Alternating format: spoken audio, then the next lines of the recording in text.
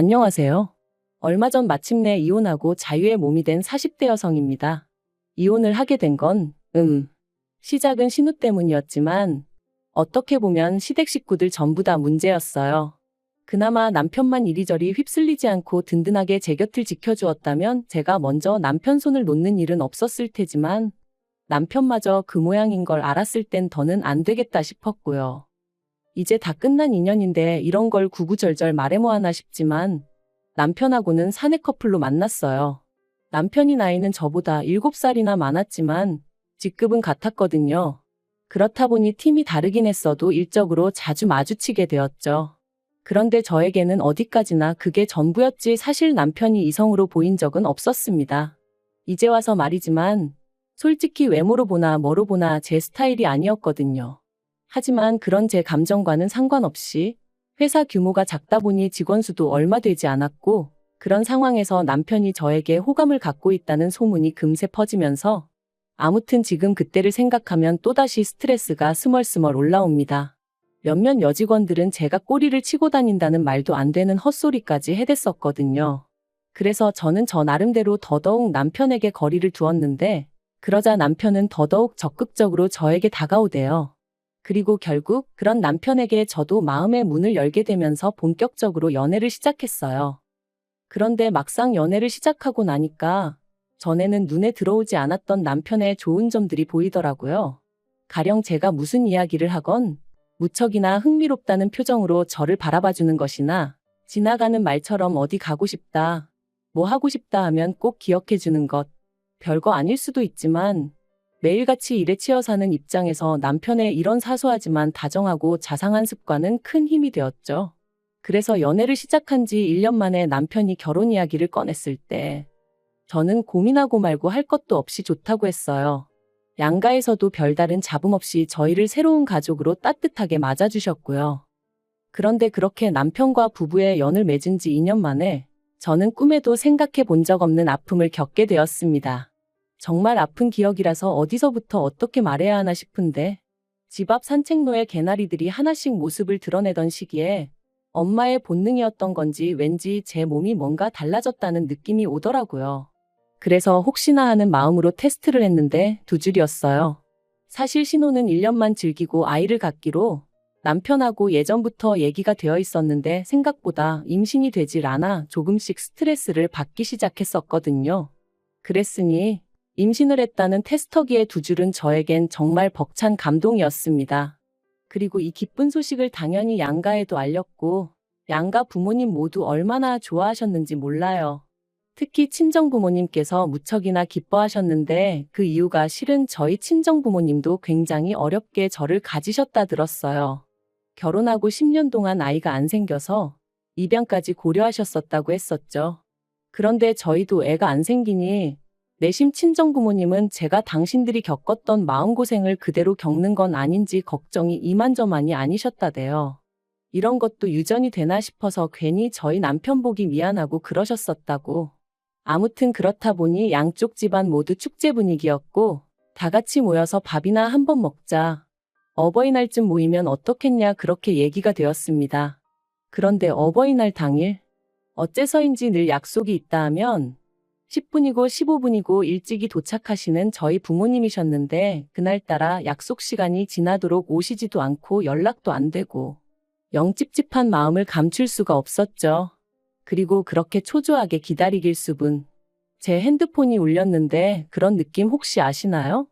평소와 다름없는 벨소리인데 왠지 평소랑 달리 받고 싶지 않은 제가 그날 딱 그랬어요. 왜인지 불길한 마음에 그 전화를 받으면 안 될 것만 같았죠. 그리고 역시나 수학이 넘어 누군가가 말하길 저희 친정부모님이 교통사고가 났다는 거예요. 지금 모 병원 응급실에 계시다고 서둘러서 오라면서 말이죠. 저는 처음에 뭔가 잘못된 거라고 생각했습니다. 하지만 하늘도 무심하시지 그렇게 저에게서 한 번에 2분을 뺏어가셨어요. 그렇게 친정부모님을 잃고 저는 유산까지 겪었습니다. 사실 이렇게 말하면 어떻게 들릴지 모르겠지만 친정부모님이 돌아가신 이후로는 뱃속의 아이에겐 어떠한 마음도 쓸 겨를이 없었어요. 그래서 1달 가까이 집안에서 폐인처럼 지냈더니 아이도 그렇게 저를 떠나더라고요. 그런데 그 와중에 신우가 뭐라고 했는 줄 아세요? 사람이 죽고 사는 문제는 하늘에 달린 법인데 그걸 가지고 그렇게 울고 짜고 하면 뭐가 달라지기라도 하냐면서 저희 부모님을 돌아가시게 한 음주운전 차량이나 뱃속에 아이를 잃은 저나 별반 다를 게 없다는 거예요.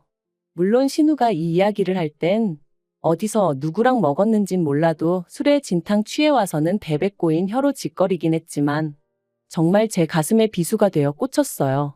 그리고 이튿날 남편이 신우한테 미친 X라면서 저한테 당장 사과해라 어째라 해서는 뭐 사과를 받긴 했는데 자긴 술 취해서 기억 안 난다. 기억은 안 나지만 뭐 실수를 했다니 미안하다. 이딴 식의 사과였고 그래서 이후로는 신우는 인간으로도 안 보였지만 그래도 시부모님과 남편을 봐서 대충 사과 받아주고 넘어갔어요.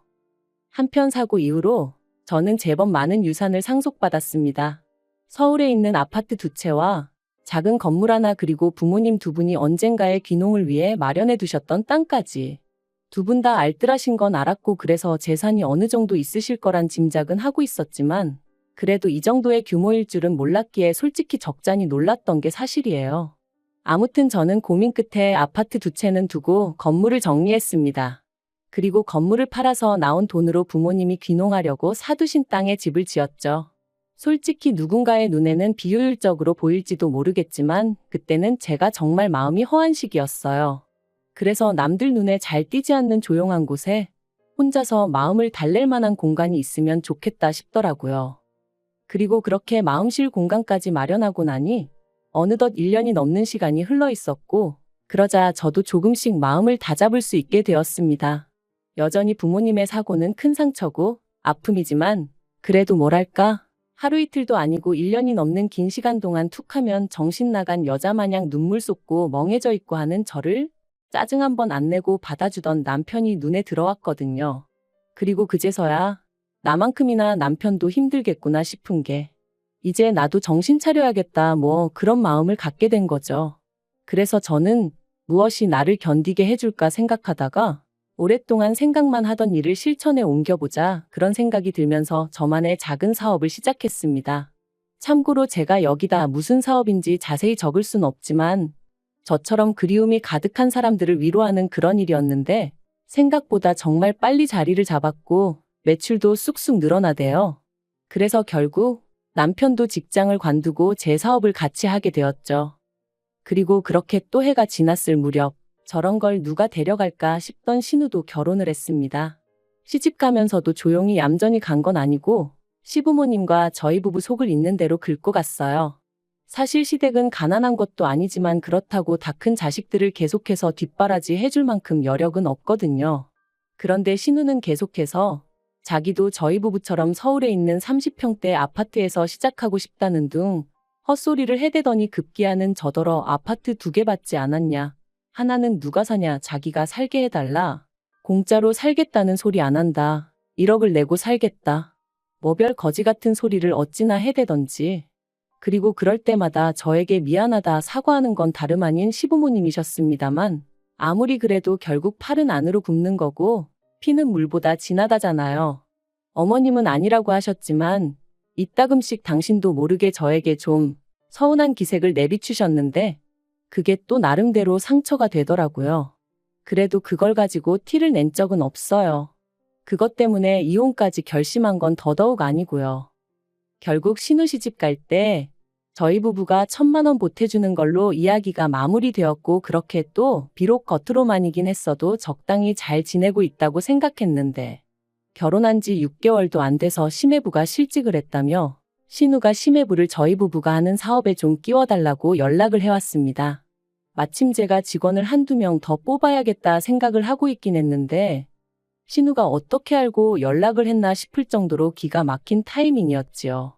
그리고 이번에는 전보다는 조금 더 노골적으로 시부모님이 그러지 말고 기회를 한 번 주면 안 되냐는 식으로 얘기를 하셨어요. 그리고 시부모님이 그렇게까지 나오시니 제가 무조건 싫다고 하기도 그렇더라고요.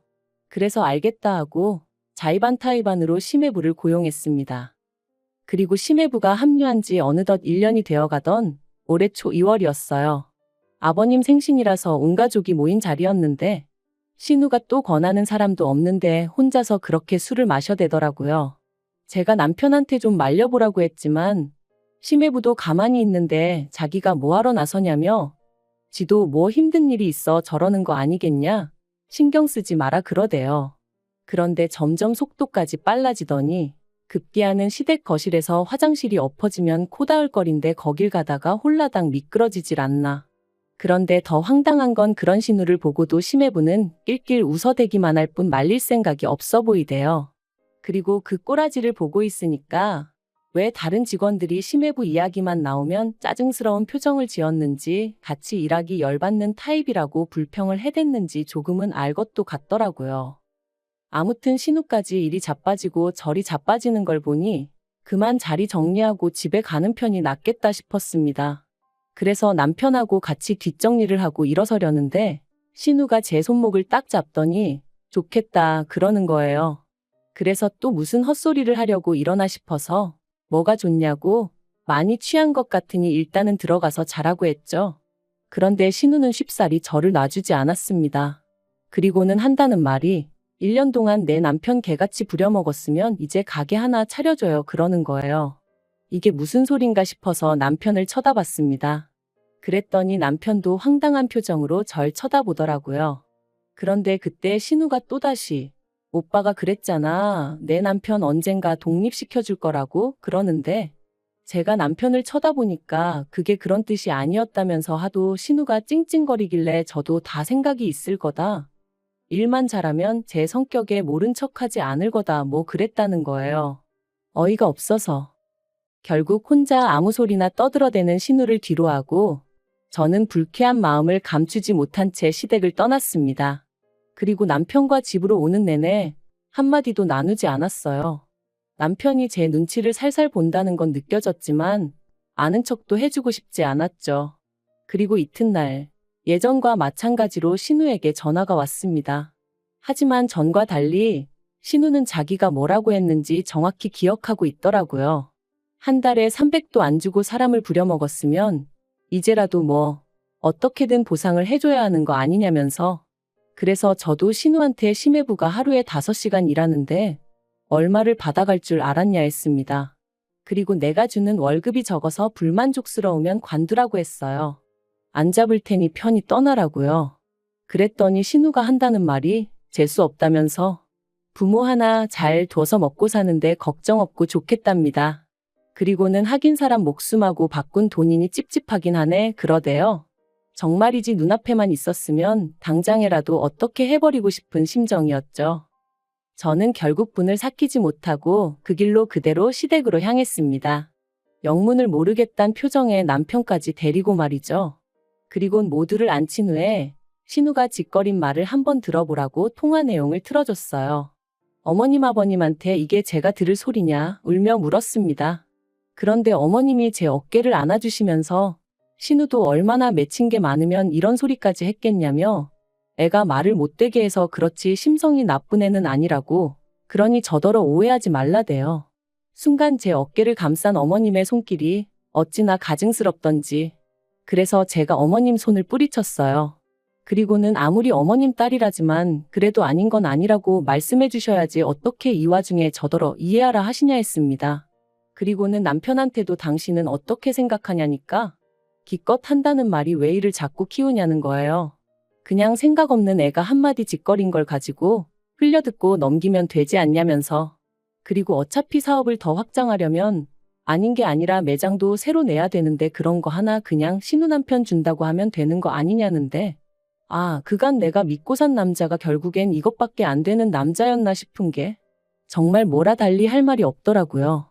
그래서 시부모님 그리고 남편에게 아무래도 여기서 잘못하고 있는 사람은 나인 것 같으니 내가 빠져주겠다 했습니다. 그리고는 바로 남편에게 이혼하자 한 거죠. 남편은 이혼은 못한다고 왜 갑자기 얘기가 그렇게 되냐면서 버텼습니다.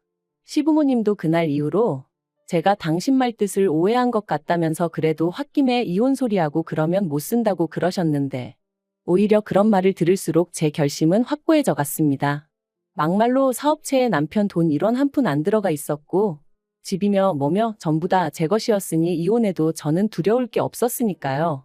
그리고 일이 정말 커지고 나니까 그제서야 신우가 한다는 말이 자기가 제가 셈이 나서 말을 좀 얄밉게 한 거 안다며 미안하다대요. 너무 어이가 없었어요. 부모 잃고 여전히 슬픔 속에 사는 내가 뭐가 부럽다는 건지. 그래서 신우한테 그래. 너도 내가 겪은 거 꼭 겪었으면 좋겠다. 내가 그렇게 부럽다니 너도 꼭 내가 겪은 거 겪으라고 기도해 줄게 그랬네요. 그리고 저 진심으로 신우를 위해서 기도해주고 있습니다. 제가 겪은 아픔과 고통 고스란히 꼭 느껴보라고요. 아무튼 그렇게 결국 7개월의 이혼 소송 끝에 저희는 남남이 되었고 남편은 시댁으로 들어갔으며 당연히 제 사업에서도 쫓겨났습니다. 심해부도 쫓겨났고요. 그러니까 이제 졸지에 원래부터 백조였던 신우의 무직인 아들과 사위까지 전부 다 시부모님이 거두고 계신 상황이죠. 뭐 그러던지 말던지 솔직히 별 관심은 없습니다. 아, 생각해보니까 아니네요. 관심 있어요. 다 망해버렸으면 좋겠거든요.